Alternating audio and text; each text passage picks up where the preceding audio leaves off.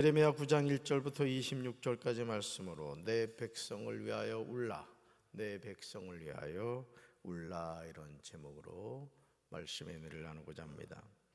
하나님의 마음을 아는데, 그 마음을 전하는데, 하나님의 백성이 하나님의 말씀에 불순종할 때 하나님의 말씀을 전하는 선지자의 마음이 얼마나 아프겠습니까? 눈물의 선지자 예레미야를 보면서 우리는 그런 생각을 하게 됩니다. 얼마나 가슴이 아팠을까요? 그러니 예레미야 8장 18절에서 예레미야는 솔직한 심정을 고백합니다. 우리 세 번역으로 말씀 읽습니다. 나의 기쁨이 사라졌다. 나의 슬픔은 나을 길이 없고 이 가슴은 멍들었다. 아멘.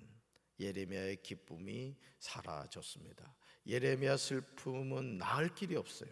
예레미야 가슴은 뭐가 들었다고요? 멍이 들었습니다. 그런데 여러분 아십니까? 이 모든 감정이 하나님이 느끼시는 감정이라는 거예요. 그래서 선지자들의 그 어떤 감정 표현, 슬픔, 분노, 고통, 아픔, 이것은 단순히 그 선지자의 감정이라기보다는 그 선지자를 통하여 하나님이 보여주시는 하나님의 감정인 것을 우리가 깨달아야 됩니다. 하나님의 백성이 하나님의 말씀에 불순종할 때 아버지 하나님이 아프시죠. 예레미야 8장 21절에서 하나님은 이렇게 탄식하십니다. 같이 읽습니다. 나의 백성, 나의 딸이 채찍을 맞아 상하였기 때문에 내 마음도 상처를 입는구나. 슬픔과 공포가 나를 사로잡는구나. 아멘. 예레미야 8장 22절에서 이스라엘은 치명적인 질병에 걸렸으나 치유를 받지 못한 환자에 비유됩니다. 그런데 정작 치유를 받지 못하는 이유가 명의나 명약이 없어서가 아니라 환자 스스로가 질병을 인정하지 않고 또 치유를 거부했기 때문입니다. 이스라엘 백성이 하나님의 치유 계획과 은혜에 순종하고 고질적인 병폐인 죄악들에 대해 회개하였다면 그들에게는 건강과 축복이 주어졌을 것입니다. 그러나 그들은 자신의 죄악을 돌이키지도 않았고 자신의 죄를 회개하지도 않고 고집하였습니다. 오늘도 우리가 하나님이 깨닫게 하실 때, 자신의 죄를 깨닫게 해주실 때 우리는 즉시 회개하고 돌이켜야 할 줄로 믿습니다. 예레미야 9장은 유다의 파멸에 대한 애가입니다. 1절에서 선지자 예레미야는 유대 백성의 죄와 파멸을 바라보면서 이렇게 탄식하고 있습니다. 우리 말씀 같이 읽습니다. 어쩌면 내 머리는 물이 되고 내 눈은 눈물근원이 됐고 죽임을 당한 딸 내 백성을 위하여 주야로 울리로다. 아멘. 사랑하는 성도 여러분, 선지자 예레미야가 조국을 향하여 탄식하는 소리가 들리십니까? 살해된 나의 백성, 나의 딸을 생각하면서 내가 낮이나 밤이나 울 수 있도록 누가 나의 머리를 물로 채워주고 나의 두 눈을 눈물샘이 되게 하여 주면 좋으련만. 예루살렘에 멸망하는 상황이 선지자의 눈에는 너무도 비참하여 아무리 울어도 충분하지 않다는 거예요. 유다 백성의 죄와 파멸을 바라보자니 슬픔이 극에 달해 이미 눈물 근원이 말라버렸다는 것입니다. 그래서 예레미야는 또 다른 눈물샘이 터지기를 바라고 있습니다. 예레미야 9장 2절에서 예레미야는 계속해서 이야기를 하는데 우리는 선지자의 마음을 알게 돼요. 우리 2절 말씀을 세 번역으로 같이 읽습니다. 2절. 누군가가 저 사막에다가 내가 쉴 나그네 휴식처를 마련하여 내가 이 백성을 버리고 백성에게서 멀리 떠나 그리로 가서 머물 수 있게 하여 주면 좋으련만. 참으로 이 백성은 모두 간음하는 자들이요 배신자의 무리이다. 아멘. 예레미야가 말하고 있는 이스라엘 백성들의 모습을 보시기 바랍니다. 참으로 이 백성은 모두가 간음하는 자들이라고 합니다. 배신자의 무리라고 합니다. 이 모든 것이 누구를 향한 것입니까? 하나님을 향한 거예요. 하나님을 배신하고 우상을 섬기고 있다는 것입니다. 예레미야는 사막에다가 자신이 쉴 나그네 휴식처를 마련하여 비록 그것이 불편한 장소라고 해도 이 백성에게 내릴 참혹한 광경을 목격하지 않으면 좋겠다는 거예요. 왜? 너무나 끔찍하니까. 차마 바라볼 수 없을 정도로 너무나 고통스럽기 때문입니다. 예레미야 9장 3절에서 하나님이 이렇게 말씀하십니다. 같이 읽습니다. 내 백성이라는 것들은 화를 남기듯 혀를 놀려 거짓을 일삼는다. 진실은 없고 그들은 폭력만이 이 땅에서 판을 친다. 참으로 그들은 악에 악을 더하려고 돌아다닐 뿐 내가 그들의 하나님인 줄은 알지 못한다. 아멘. 사랑하는 성도 여러분, 내가 그들의 하나님인 줄은 알지 못한다는 말씀이 들리십니까? 당시 거짓 선지자들은 수없이 심판이나 파멸이 있지 않을 것이라고 했어요. 백성들은 그들의 거짓을 참인 줄로 착각하고 그들을 믿었습니다. 오늘도 신천지 이만희, 하나님의 교회 안상홍 장기일자, 제메스 정명석, 구원파, 수많은 사이비 이단들이 질린 것처럼 많은 영혼들을 미혹하고 있어요. 여러분, 신천지는 다 기존 교회 다니던 사람인 거 아시죠? 신천지는 가난한 사람을 포교하지 않습니다. 이 사이비 이단의 공통점이에요. 여러분, 생명의 길을 향해서 가던 하나님의 백성들이 그 가짜 사이비 이만희에 속아서, 장길자 안상홍에 속아서, 제메스에 속아서 지옥불에 떨어진다고 생각해봐요. 그런데 그 인원이 수만에서 수십만이라는. 오늘 우리가 거짓 선지자들의 그 거짓말에 속아서 멸망의 길을 가면 안 될 줄로 믿습니다. 백성들은 그들의 거짓을 참인 줄로 착각하고 그들을 믿었다는 거예요. 그렇기 때문에 그들은 회개하지 않았고 칼이 그들에게 임하였으며 그들을 모조리 파괴했던 거예요. 그러므로 선지자 예레미야는 이스라엘 백성을 향하여 중요한 말을 합니다. 오늘도 우리는 이 말씀을 명심하고 분별하며 살아야 돼요. 우리 4절 말씀 같이 읽습니다.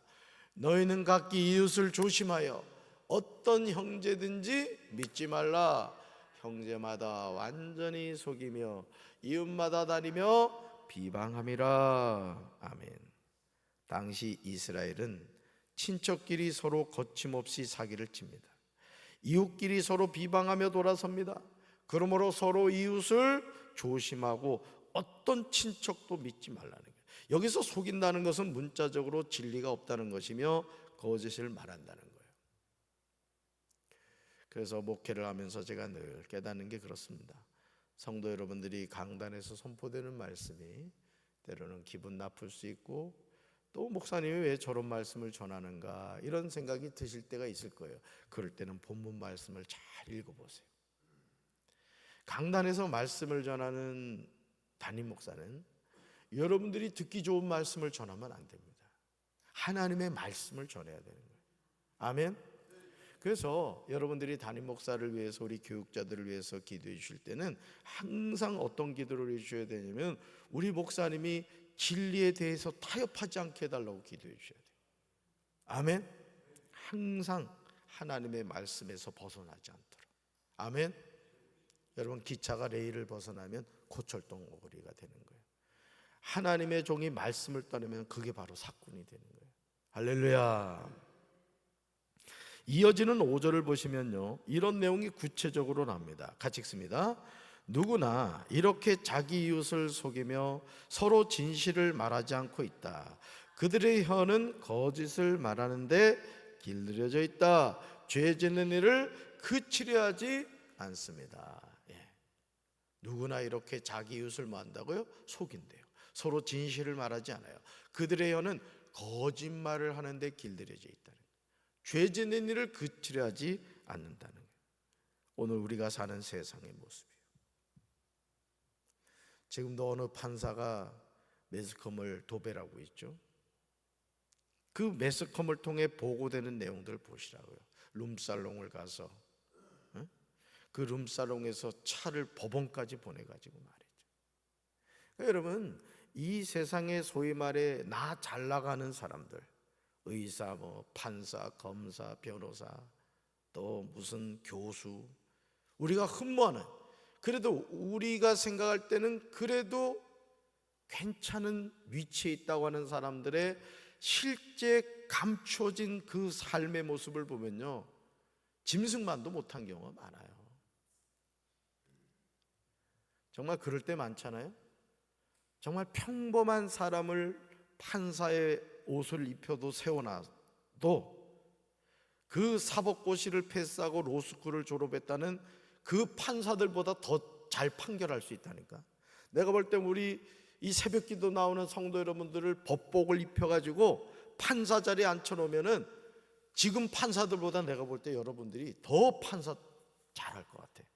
세워드릴까? 상식을 벗어난 판결이 너무 많잖아요, 세상에. 뒷거래하고 말이죠. 정말 기도해야 될 줄로 믿습니다. 그래서 우리 자녀들이 잘 돼야 돼요. 정말 대통령도 예수 믿는 사람이 돼야 되고, 그것도 저기 사이비 말고 선거 때만 가서 믿는 척하는 그런 사람 말고 정말 하나님을 두려워하는 다니엘과 같은 정치인들, 아멘. 히스기야와 같은 그런 왕이, 대통령이 세워져야 돼요. 하나님이 혀를 만드신 이유는 자신의 의사를 표현하고 하나님을 찬양하며 이웃을 격려하는 데 사용되는 것이 하나님이 바라시는 뜻이에요. 그러나 하나님의 백성은 거짓을 가르치고 타인을 모함하는 일에 혀를 사용하여 하나님의 진노를 일으켰어요. 놀랍게도 그들은 파멸을 얻고 지옥에 가기 위해 악착같이 애쓰고 노력하고 있다는 거예요. 여러분, 우리가 어디 가기 위해서 애써야 돼요?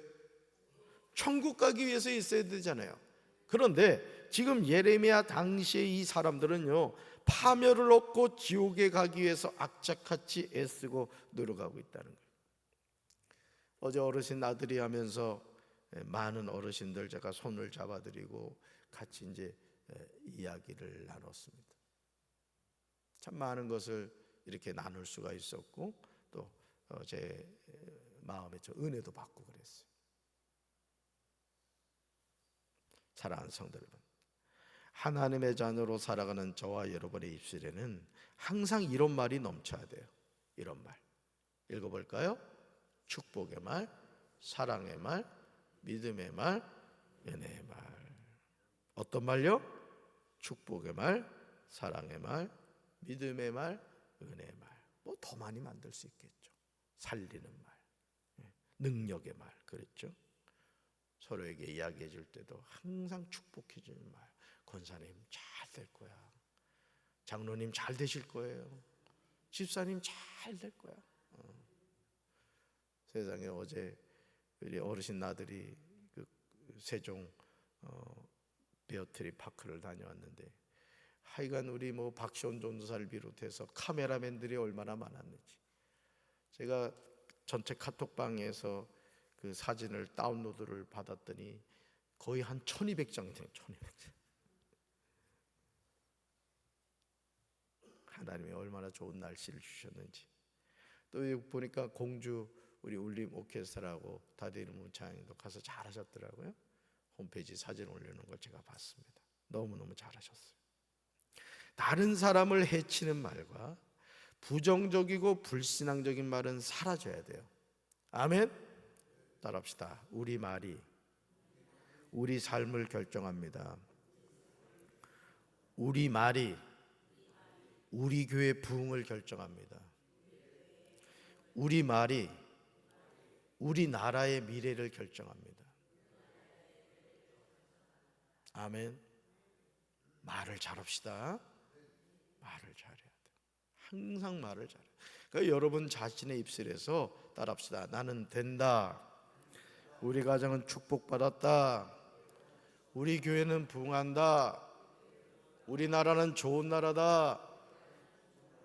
아멘.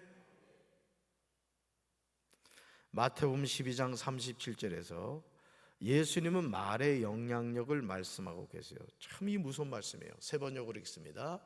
너는 내가 한 말로 무죄 선고를 받기도 하고 유죄 선고를 받기도 할 것이다. 아멘. 무죄 선고를 받고 유죄 선고를 받는 기준이 무엇입니까? 우리가 한 말이에요. 말. 그러니까 신앙생활을 잘한다는 것은 하나님의 말씀을 듣고 여러분, 이 컴퓨터라는 것은 인풋 된 것이 아웃풋 되는 거예요. 우리 삶도 그래요. 똑같은 말을 들어도 믿음의 말, 축복의 말, 은혜의 말을 입력한 사람은 입으로 어떤 말이 나올까요? 믿음의 말, 은혜의 말, 축복의 말이 나오는 거예요. 아멘. 그래서 제가 계속 여러분들을 축복하잖아요. 그죠? 왜? 축복한데도 된단 말이에요. 아멘이십니까? 그러니까 여러분이 힘들수록 더 축복의 말을 하세요. 하나님의 때가 있고 하나님은 약속대로 이루어 주시는 분이란 말이에요. 그 하나님 누구 하나님이에요? 나의 하나님이라고 믿습니까? 네. 그러므로 우리 삶이 변화되기를 원하면 우리 말이 바뀌어야 돼요. 그러므로 6절에서 이렇게 말씀하시죠. 같이 읽습니다. 예레미야야, 너는 속임수 가운데 살고 있다. 그들은 속임수 가운데 살면서 나를 알려하지 않는다. 너는 어디 가운데 살고 있대요? 속임수 가운데 살고 있대요. 우리가 살아가는 이 세상이 그렇습니다. 그들은 속임수 가운데 살면서 나를 알려하지 않는다. 하나님을 알려고 하지 않는다는 거예요. 여러분, 우리가 신앙생활을 하는 이유가 뭔지 아십니까? 종교 예식하기 위해서 교회 다니는 게 아니에요. 무슨 출근 도장 찍기 위해서 여러분이 교회 나오는 게 아니라고요. 오늘도 이 새벽에 여러분이 왜 나온지 아세요? 하나님을 알기 위해서 나온 거라고요. 이걸 놓치면 안 돼. 무슨 불자들처럼 저 사이비 이단처럼 내 열심 가지고 신앙생활하는 게 아니라고요. 하나님을 알려고 하는 거예요. 하나님을. 어제보다 오늘 더 하나님을 알고, 하늘을 바라보면서도 그 하나님의 그 어떤 사랑이 느껴지고 말이죠. 아멘. 영적으로 깨어야 될 줄로 믿습니다. 오늘도 거룩한 성일이에요. 예배드리는 날이에요. 뭐 하기 위해서? 하나님을 알기 위해서. 어떤 하나님? 나를 사랑하시고 나의 앞길을 인도하시고 나를 축복하시는 하나님. 누구 하나님? 나의 하나님. 가슴에 손 얹읍시다. 나의 하나님, 저희들이 하나님을 알기를 원합니다. 광대하신 하나님을 아무리 알려고 일평생 노력한다고 할지라도 우리는 하나님의 아주 작은 면도 잘 알지 못합니다. 주님, 우둔하고 미련한 저희들 지혜를 주셔서 하나님을 더 깊이 알아가게 도와주시고 사꾼 마귀에게 속아 영혼을 빼앗기는 어리석은 심령이 되지 않도록 주여 저희들을 붙잡아 주시옵소서. 예수님의 이름으로 간절히 기도합니다. 아멘.